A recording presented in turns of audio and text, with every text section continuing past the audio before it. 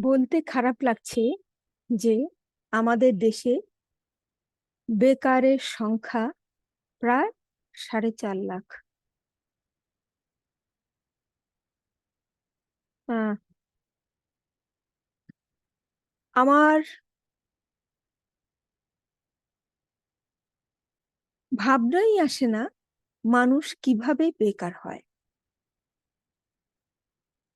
তো বেকারত্ব নিরসনের জন্য কয়েকটা টিপস দিব, একটু দেখুন, চিন্তা ভাবনা করুন, যদি উপকারে আসে। টিপস নাম্বার 1, কোনো কাজ পেলে বাছাই করবেন না।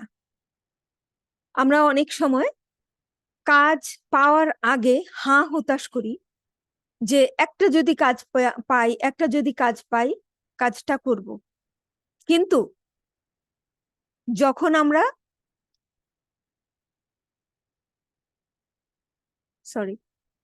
কাজ পেয়ে যাই, তখন আমাদের সেই কাজ ধরে রাখার ধৈর্য থাকে না। সুতরাং কাজ বাছাই করতে যাবেন না। এই কাজ ভালো না, ওই কাজ করব, ওই কাজ ভালো না, ওই কাজ করব, ওই কাজ ভালো না, ওই কাজ করব, এগুলো করতে যাবেন না। যদি তা আপনার সাধ্যাতীত কষ্ট না হয়ে যায়। হুম। তো সুতরাং যে কাজ পাচ্ছেন আপাতত চলুন না, কাজ করতে করতে ভেবে নেওয়া যাবে আর কি করা যায়, আর কিভাবে প্ল্যান করা যায়, আরো কিভাবে সামনে আগানো যায়, বা কি কি করব।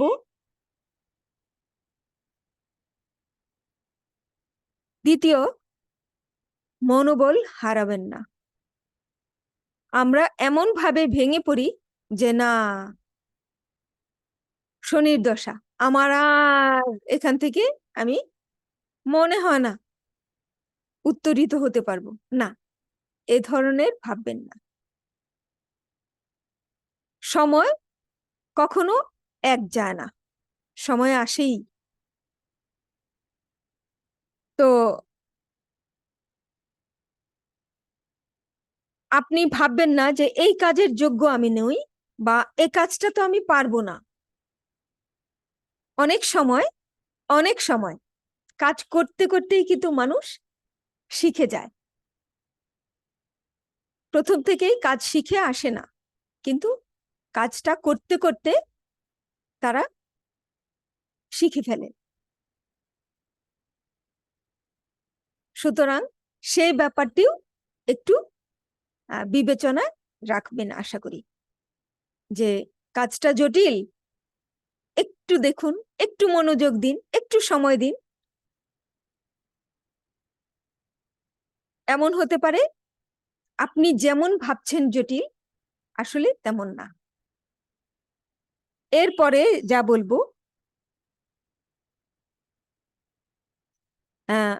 নিজেকে একটু উপরে তুলুন। ও কি ভাববে, এ কি ভাববে, সে কি ভাববে, এগুলো থেকে বের হয়ে আসতে হবে। আমরা বলি, কিন্তু দেখা গেছে আমরা নিজেরাই পারি না। এগুলো থেকে বলতে বলতে একসময় আমিও পারবো, আপনিও পারবেন। এগুলো থেকে বেরিয়ে আসতে হবে। কে কি ভাবলো, আপনি কি ভাববেন, আপনি কি ভাবলেন, আগে আগে দেখুন, আগে চেষ্টা করুন। সত্যি কি কাজটা খারাপ? আপনি কি ভাবলেন, আগে নিজেকে প্রশ্ন করুন।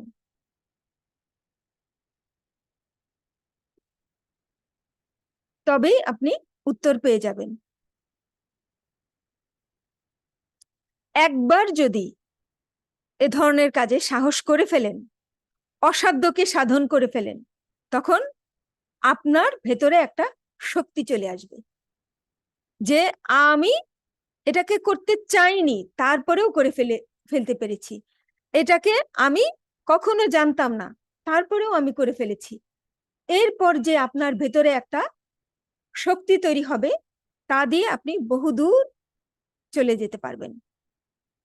সেই শক্তি দিয়ে আরো নতুন নতুন কাজ আপনি করতে পারবেন।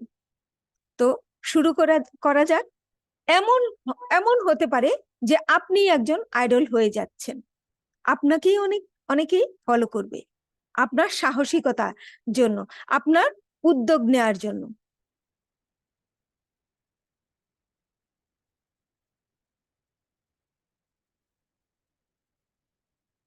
আরেকটা কাজ করতে পারেন, আপনি যদি এতই বোঝেন যে না আমি আমার পরিবেশে করতে পারবো না, কোথাও হারিয়ে যান, কোথাও দূরে গিয়ে কাজ শুরু করে দিন, 1 বছরের জন্য হারিয়ে যান, এতে অনেক লাভ।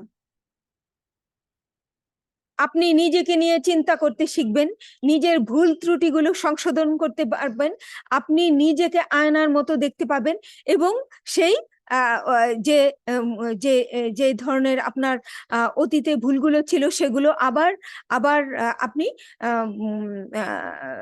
রিঅ্যারেঞ্জ করতে পারবেন, যে এইগুলো ভুল ছিল, এটা আর করা যাবে না, সামনে আমাকে এই ধরনের স্টেপ নিতে হবে।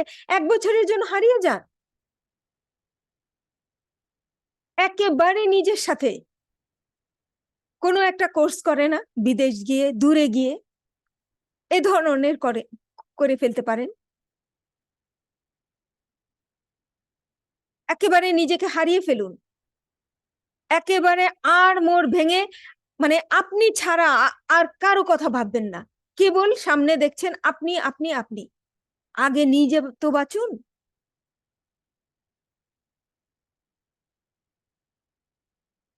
দেখবেন সবার কাছ থেকে আড়াল হওয়ার পরে আপনার ভেতরে একটা শক্তি চলেও আসতে পারে, যে এখন তো আমাকে কেউ দেখছে না, ও দেখছে না, এ কি বলবে, হায় হায় ভাইয়া, আপনি বোঝাটা নেন, হারিয়ে যান।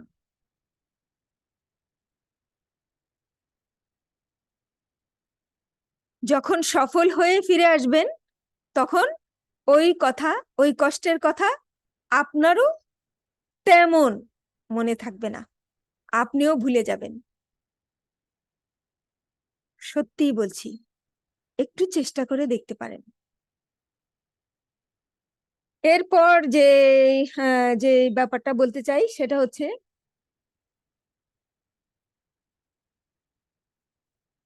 হ্যাঁ, এটা আমরা অনেক সময় নিজেরাই সাহস করি না, মনে করি যদি ব্যর্থ হয়ে ফিরে আসি, যদি ব্যর্থ হয়ে ফিরে আসি মুখ দেখাতে পারবো, সাহস করি না।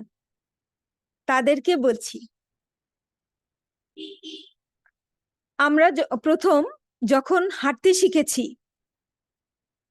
আহ হাঁটতে শিখছি তখন বারবার পড়ে গিয়েছিলাম, বারবার পড়ে গিয়ে আবার দাঁড়িয়েছিলাম, বারবার পড়ে যাওয়ার পরে আবার দাঁড়িয়েছি, পড়েছি, দাঁড়িয়েছি, এরপর আমরা হাঁটতে শিখেছি, আর এখন দৌড়াতেও পারি।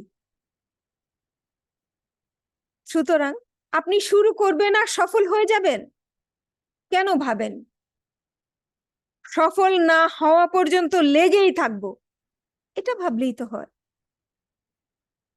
যতদিন সফল না হয় ততদিন আমি এই কাজটাতে লেগে থাকবো, এবং কাজের খুঁটি নাটি সবকিছু জানবো, কোথায় আমার ব্যর্থতা, কোন জিনিসটা আমি পারি না, কোন জায়গায় আমার ব্যর্থতা।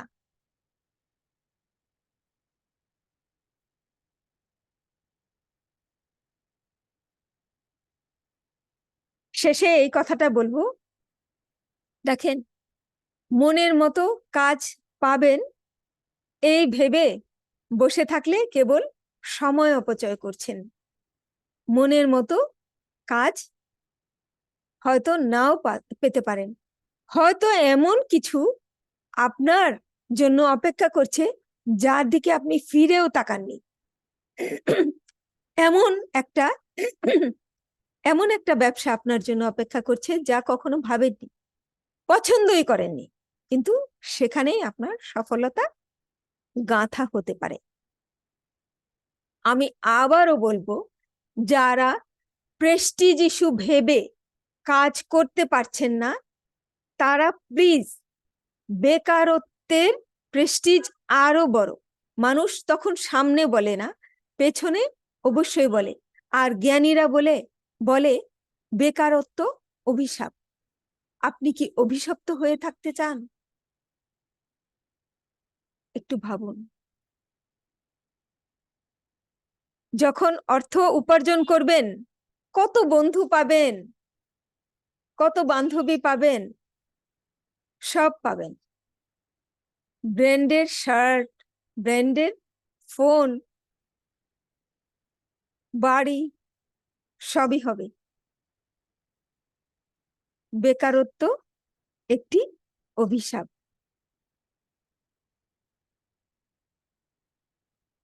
ধন্যবাদ ধৈর্য ধরে আমার কথাগুলো শোনার জন্য।